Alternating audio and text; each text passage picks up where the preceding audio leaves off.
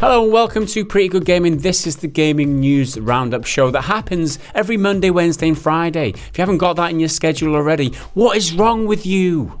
Let's do some news. Earlier in the week, it was rumoured that the tech giant Sony was in talks with Take-Two Interactive to acquire the holding company. The first information came in a report by financial website MarketWatch, who claimed that the two companies were in advanced board-level discussions to acquire Take-Two Interactive in a mostly cash deal. This was based on rumours behind Take-Two's stock rising 4.7% and Sony's interest in the company, which originally came from Joel Kulina, head of technology and media trading at Wedbush Securities. When probed for response by GamesIndustry.biz, Kulina said, "This is purely unconfirmed market speculation that is making the rounds. I am not the source of this story in any regard, and not sure who quoted me as I didn't speak with anyone over the phone unless someone saw a trading note that I wrote." It's not exactly saying it didn't come from him. It's like, well, it didn't come from me, but if it did, someone read my notes, essentially. I mean, I did say it, but I didn't say it to anyone, so they figured it out. Yeah, I don't know who quoted me, but someone must have seen one of my notes or something. That's what he's saying. It's like, right, okay, that's where it's come from, is it? Sony have also weighed in with a statement to VentureBeat saying, "We do not know where this rumour is coming from, but there is no such plan." So it looks like this is just the speculation of one man, and Sony may not be acquiring Take-Two after all. This is not our plan.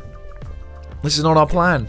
That's very specific, right? These people are very specific. It's not my plan to walk over there and punch you in the face, but if my fist does meet your face, it doesn't mean that you shouldn't expect it. It just happens.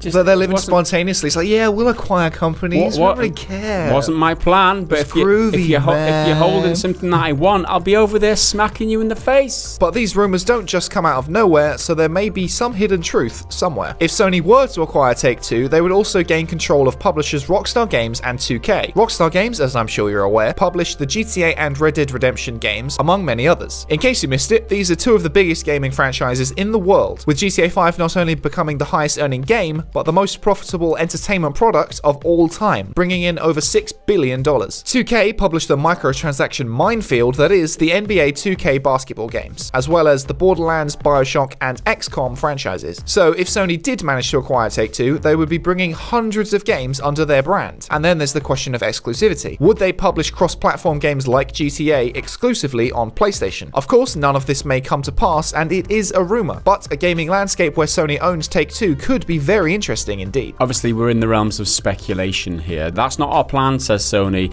and I'm not sure where you got that information from. It must have been a note on my desk, says the Wedbush Securities analyst. But still, I mean, there's no smoke without fire, right? I mean, if you can, I mean, it might be stupid to use that. What do you call it? The old adage? Adage. Those adage. It might be stupid to use that. There might just be nothing, right? But we had to look at it and we thought, the first reaction is, how can they afford to buy Take-Two? But we had to look at the value of the companies, right? And if the speculation was in GamesIndustry.biz that you value the shares at something like $130 per share, which is what they were speculating for Take-Two, it still only makes them worth like 19 billion or something like that. That's a rough estimate. Maybe my maths are all wrong, but Sony can way cover 19 billion, man. They've got hundreds of billions, so I'm pretty sure of that. So that's just an indication of the scale of the two companies we're talking about here. Like, Take-Two seem really big, but Sony are just like so big. They've got so many different divisions and branches. You've got to remember that Sony don't just make PlayStation and make video games, right? They do everything tech. Least of what they do, really. Sony music, TVs, everything. Music, the whole Sony Entertainment. They've got fingers in the film industry,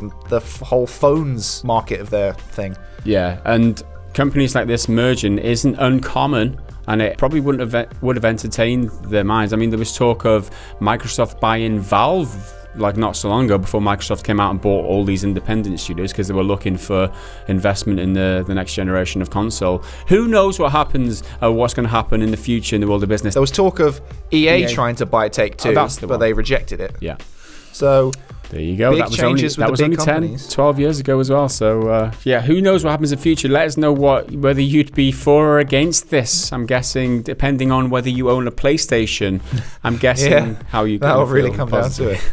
Now it's time for everyone's favourite part of the episode, your daily news nuggets. First up, according to a report by the French website Actu Gaming, Lady Gaga was recently spotted visiting CD Projekt Red in Warsaw. She reportedly stopped by for a motion capture session, leading to speculation that she will be appearing in the upcoming Cyberpunk 2077. Not sure I'm Gaga about that news. Yeah. There's your first dad joke. Yeah, there you go. There you go, guys. They're coming thick and fast from now, believe me. Well, because she's turned her hand to acting now with The Star Is Born, which I haven't seen, but she could be doing like an actual role, or she could just be doing a song. We don't know. Don't even know if it's true. Yeah. There's no smoke without fire. That should be our catchphrase. It is an idiot catchphrase because people can always make smoke out of nothing as well, right? You fan it, you know. I should stop fucking saying that, guy. Next time I say that, just fucking unsubscribe or something. I totally don't deserve the subs. Xbox Live is coming to Android and iOS. They announced the news prior to their GDC talk recently. Well, we now know why they called it Battlefield 5, because that's how late the Battle Royale mode was going to be. Firestorm, which is the Battle Royale mode in Battlefield 5, got a new trailer yesterday, and we learned that it will be eventually arriving on March the 25th, only 5 months late. The DLC roadmap for anime brawler Jump Force has been revealed, including free updates with skins and events, as well as some paid content with brand new characters. Valve have announced a new feature available to anybody with a Steam Link. Steam Link Anywhere allows you to connect to your PC from, well, anywhere and play games remotely via the Steam Link hardware or app on a supported phone, tablet or TV. The Devil May Cry Challenge ladder, Bloody Palace, is coming to DMC5 as a free update on April the 1st. The mode features progressively more difficult challenge arenas, offering you more opportunities to show off your stylish combat. A huge new update has dropped for Fallout 76 called Wild Appalachia, which introduces new brewing and distilling features, a new seasonal event, survival mode, new camp features, legendary vendor and scrapping, and new quests. The creators of Left 4 Dead announced a new game called Back 4 Blood. According to the FAQ page on Turtle Rock Studios' website, the game will be coming to PS4, Xbox One, and PC, and will be a premium AAA title. And will be 4-player, hence the Back 4 Blood. 4 Left 4 Dead. In case they hadn't made that clear enough, Back 4 Blood. PUBG Mobile has been banned in 4 cities in India. The authorities in Rajkot, Surat, Gir, Somnath and Bhavnagar have accused the game of provoking violent and angry behaviour in young people, as well as distracting students from their exams. However, the ban is not permanent and will be lifted on March the 30th. A new Sniper Elite game is said to be in development by Rebellion but won't be shown off for another year. CEO Jason Kinsley said, "We're not going to be talking about it for at least a year, but the team here are busy working away in the background to create the latest, greatest Sniper Elite experience." So there you have it for your gaming news nuggets for today. Links to everything that we've just discussed are down in the description of this video. So if you want to go and check them out even further, you're welcome to do so. Now it's time for everyone's probably least favourite part of the show is the joke of the day. Speak for yourself. Well, I mean, I love it, but it's pretty much 50-50 on whether we get, oh, that joke was hilarious, or that joke was cringy and terrible. It's both. That's the point. All puns are bad. That's why they're good. All right, we've got yet another joke from Metal Shark. He just sends in so many. Prolific. But keep them coming. They're great. Prolific Shark. It's always hard to explain puns to kleptomaniacs because they always take things literally. You're not feeling that one that much? No, it's great. It's just There's the laugh. All right, let's move on.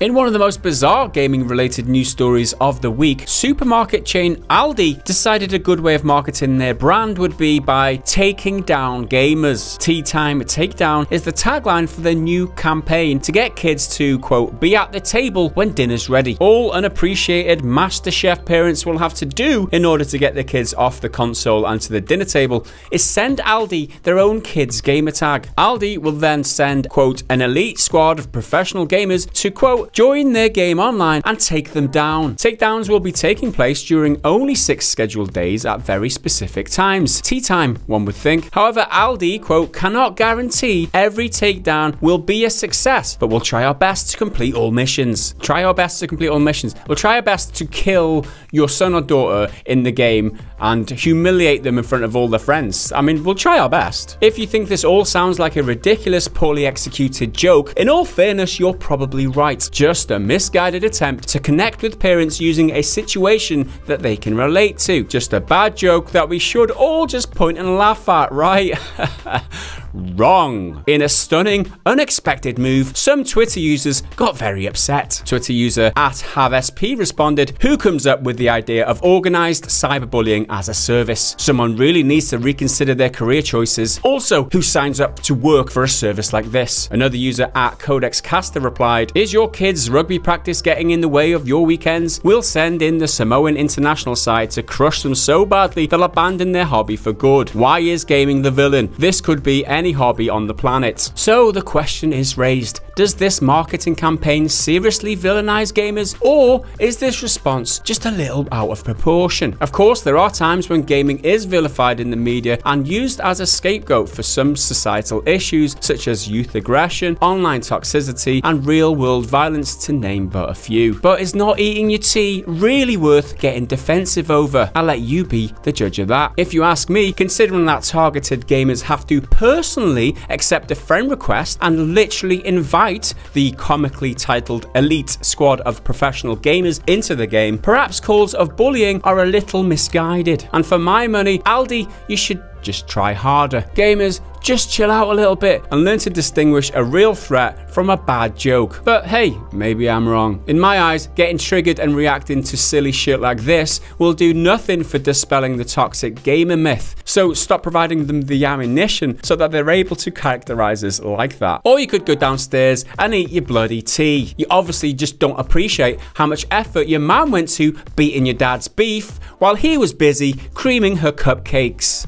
I mean, I get why people get defensive, because it's a natural position to be for gamers, right? Because everybody's out to get them. But I feel like this one, it's just a little bit much of a stretch, right? This isn't ALDI targeting anybody. This is ALDI just come up with a goofy little marketing campaign, which, you know, has triggered some of the wrong people in this case. And I think it looks innocent enough to me. That's just my opinion. Maybe I'm wrong. Don't get angry with me. I'm just the messenger. I'm just giving you my opinion. But hell, for God's sake, let's just try and distinguish between what is real and what should be worth getting upset about and what is just like not even worth it, right?